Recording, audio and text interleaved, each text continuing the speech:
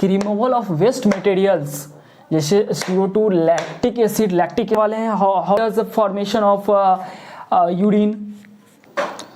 देख सकते हो ऐसा तुम्हारा कुछ स्ट्रक्चर है किडनी का, 1 पेयर किडनी होते हैं, इससे कुछ यूरिनरी ब्लैडर जुड़ा हुआ था।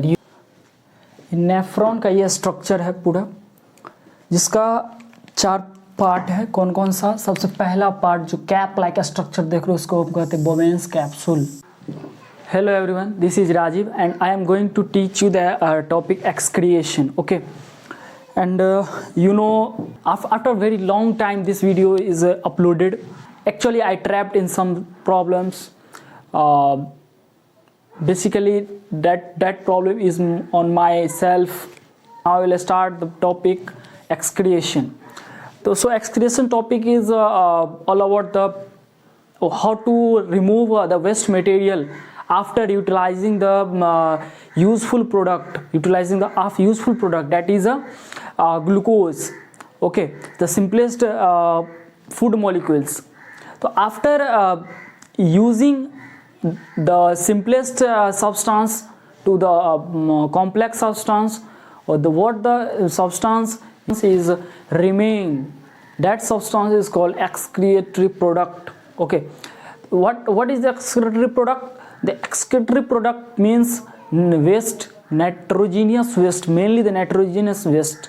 Nitrogenous waste means नाइट्रोजन वाला प्रोडक्ट, नाइट्रोजन उसको जो प्रोडक्ट होंगे उसमें नाइट्रोजन सब्सटेंस होगा, मीन्स जैसे यूरिया, यूरिक एसिड। ओके, सो हम पढ़ते हैं लाइफ प्रोसेस का एक्सक्रिएशन चैप्टर टॉपिक। ठीक है, ये लाइफ प्रोसेस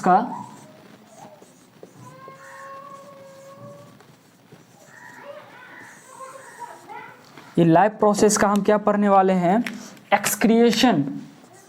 अभी हम एनिमल के बारे में देखते हैं, ठीक है। उसके बाद हम देखेंगे कि प्लांट में किस तरह से एक्सक्रिएशन हुआ है ना। प्लांट में एक्सक्रिएशन किस तरह से होते हैं, जैसे प्लांट भी तो एक्सक्रिएशन करता है भाई, उस अनयूजफुल पार्ट को हमें रिमूव करना है। That process is called excretion. मैंने लिख दिया है कि what is excretion, about the excretion लिख दिया है कि रिमूवल ऑफ वेस्ट मटेरियल्स जैसे CO2, लैक्टिक एसिड जो ऑक्सीजन के ऑब्सेंस में जब सफिशिएंट अमाउंट में ऑक्सीजन नहीं मिल पा रहा था तो लैक्टिक एसिड का फॉर्मेशन होता था। Okay, and nitrogenous waste like ammonia, urea, uric acid which produced by body called excretion. Okay, excretion means removal of waste material. ठीक, अब वो एक्सक्रेटरी ऑर्गन कौन है जो उस प्रोडक्ट को रिमूव करता है, आउटसाइड द बॉडी करता है, वो है किडनी, हमारा किडनी। अब ये हम किडनी के बारे में ही पढ़ेंगे कि भाई किडनी कैसे फंक्शन करता है, किस तरह से वर्क करता है, कौन कैसा मैकेनिज्म है इसके अंदर, है ना। तो हम यहाँ पर लिख दें कि नेफ्रॉन इसका यूनिट है। ठीक है, किडनी के भीतर नेफ्रॉन होता है, बहुत सारे नेफ्रॉन से मिलियंस नेफ्रॉन्स होते हैं, उसके अति से किडनी का फॉर्मेशन होता है। ठीक है, means nephron small units, nephron से किडनी। तो एक नेफ्रॉन को पढ़ लेंगे तो ये नेफ्रॉन ही, हर नेफ्रॉन सेम फंक्शन करता है। तो नेफ्रॉन का हम स्ट्रक्चर पढ़ेंगे, कैसे क्या किडनी में फंक्शन होता है, कैसे फिल्टर आउट यूरिन का फॉर्मेशन होता है, यूरिन भी तो हमारा एक्सक्रेट करता है। ओके, ये जो आप यूरिक एसिड देखे, ये यूरिक एसिड क्या है? ये यूरिया, जब यूरिन में होता है यूरिक एसिड। ओके, तो ये सब कैसे हमारा रिमूव होता है। अमोनिया भी पाया जाता है, तो मैं इसे देखने वाले हैं how does the formation of urine.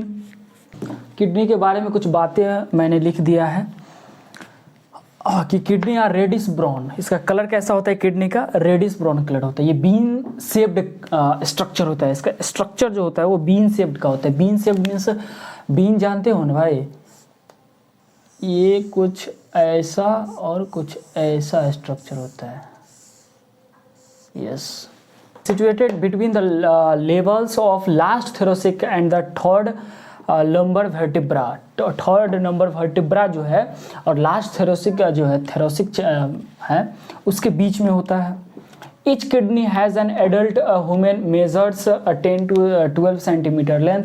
ये 10 से 12 सेंटीमीटर उसकी लंबाई होती है, चौड़ाई 5 से 7 सेंटीमीटर और मोटाई जो है 2 से 3 सेंटीमीटर होता है। इसका वेट का अगर हम बात करें, किडनी का कितना वेट होता है नॉर्मल किसी नॉर्मल पर्सन में, तो 120 से 170 ग्राम तक हो सकता है। और यूनिट ऑफ किडनी बात किए तो ये नेफ्रॉन होता है, मिलियंस में हो सकते हैं। 2 million nephron percent in both kidney, 2 kidney होता है, ये दोनों किडनी में मिलियंस ऑफ 2 मिलियंस दोनों मिला करके 2 मिलियन नेफ्रॉन प्रेजेंट होते हैं। ठीक है, इतना चीज़ आप नोट कर लो किडनी के बारे में।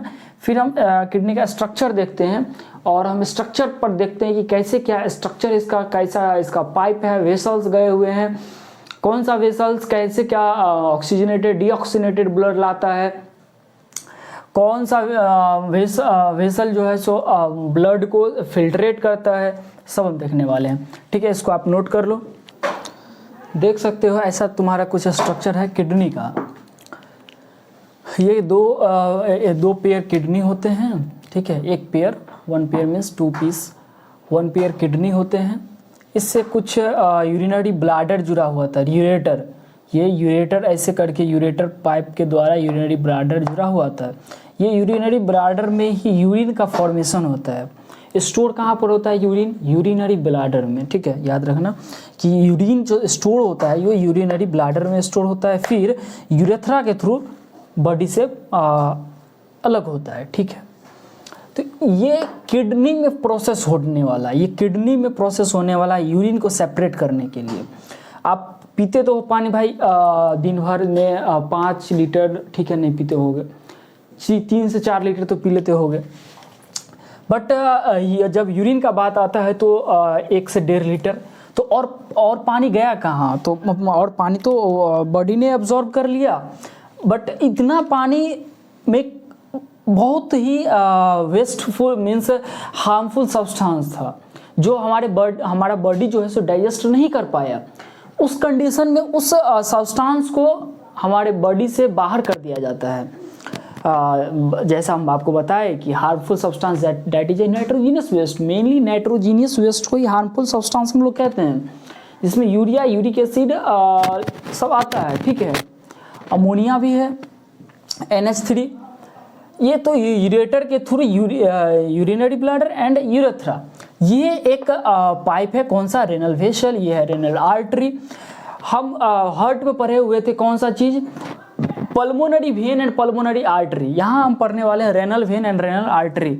ओके, तो रेनल जो है ना वर्ड किडनी के लिए ही दिया गया है। ठीक है, तो renal vein and renal artery, जो कि एक ने ब्लड लाया और एक ने ब्लड ले गया, एक ने ब्लड लाया और एक ने ब्लड ले गया। ठीक है, तो ऐसा कुछ है, प्रोसेस है। अब सिस्टम तो ठीक है ये है, बट हमको स्पेसिफिक फंक्शन कहाँ पढ़ना, वो सेल के अंदर घुस के। ठीक है, सेल के अंदर घुस के हमको पढ़ना पड़ेगा स्पेसिफिक सेल का। तो अब हम नेफ्रॉन बनाने वाले हैं। क्या बनाने वाले हैं? नेफ्रॉन। ऐसा कुछ स्ट्रक्चर आपने पढ़ा होगा, ऐसा कुछ स्ट्रक्चर आपने पढ़ा होगा, है ना, ग्लोमेरुलस, है ना। तो हम अब नेफ्रॉन का स्ट्रक्चर ड्रॉ करने जा रहे हैं। अब इसको देख लो कि भाई किस तरह से 1 पेयर किडनी होते हैं हमारे पास, यूरेटर के थ्रू जुड़ा हुआ होता है यूरिनरी ब्लैडर, जहाँ पर यूरिन का फॉर्मेशन होता है, यूरेथ्रा के थ्रू यूरिन पास आउट होता है। ठीक है, नेफ्रॉन का ये स्ट्रक्चर है पूरा, जिसका 4 पार्ट है। कौन कौन सा? सबसे पहला पार्ट जो कैप लाइक स्ट्रक्चर देख लो, उसको हम कहते हैं बोवेंस कैप्सूल। ठीक है, सेकेंड पार्ट जो है so PCT, full form here, proximal convoluted tube. ठीक है, थर्ड हैंस लूप, ये लूप देखो, ये लूप बना हुआ है ना, एक लूप, हैंस लूप। और third DCT, distal convoluted tube. Fourth CD means collecting duct, collecting duct.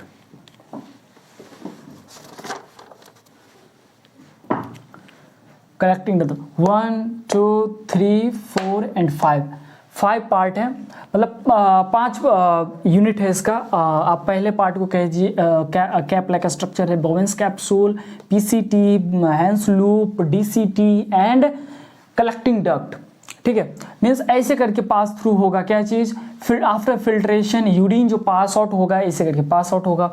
ये कलेक्टिंग डक्ट है, यहाँ पर सारा जो भी ये सारा नेफ्रॉन से जुड़ा हुआ रहता है, ऐसे इससे करके यहाँ पे नेफ्रॉन जुड़ा हुआ, यहाँ भी नेफ्रॉन जुड़ा हुआ, सारा नेफ्रॉन जो है ना कलेक्ट करके फिल्ट्रेट करके इसको कलेक्टिंग डक्ट को यूरिन देगा, और ये यूरिन पास आउट होके कहाँ जाएगा, ये यूरिनरी ब्लैडर से कनेक्ट होगा, मतलब यूरेटर से कनेक्ट होगा, फिर यूरिनरी ब्लैडर तक ये यूरिन जाएगा। ठीक है, तो ये ऐसा कुछ प्रोसेस होता है। ये एफरेंट एट्रियोल है, ये इफरेंट आर्ट्रियोल है, यहाँ पे ब्लड आता है, यहाँ पे फिल्ट्रेट होता है, जो फिल्ट्रेट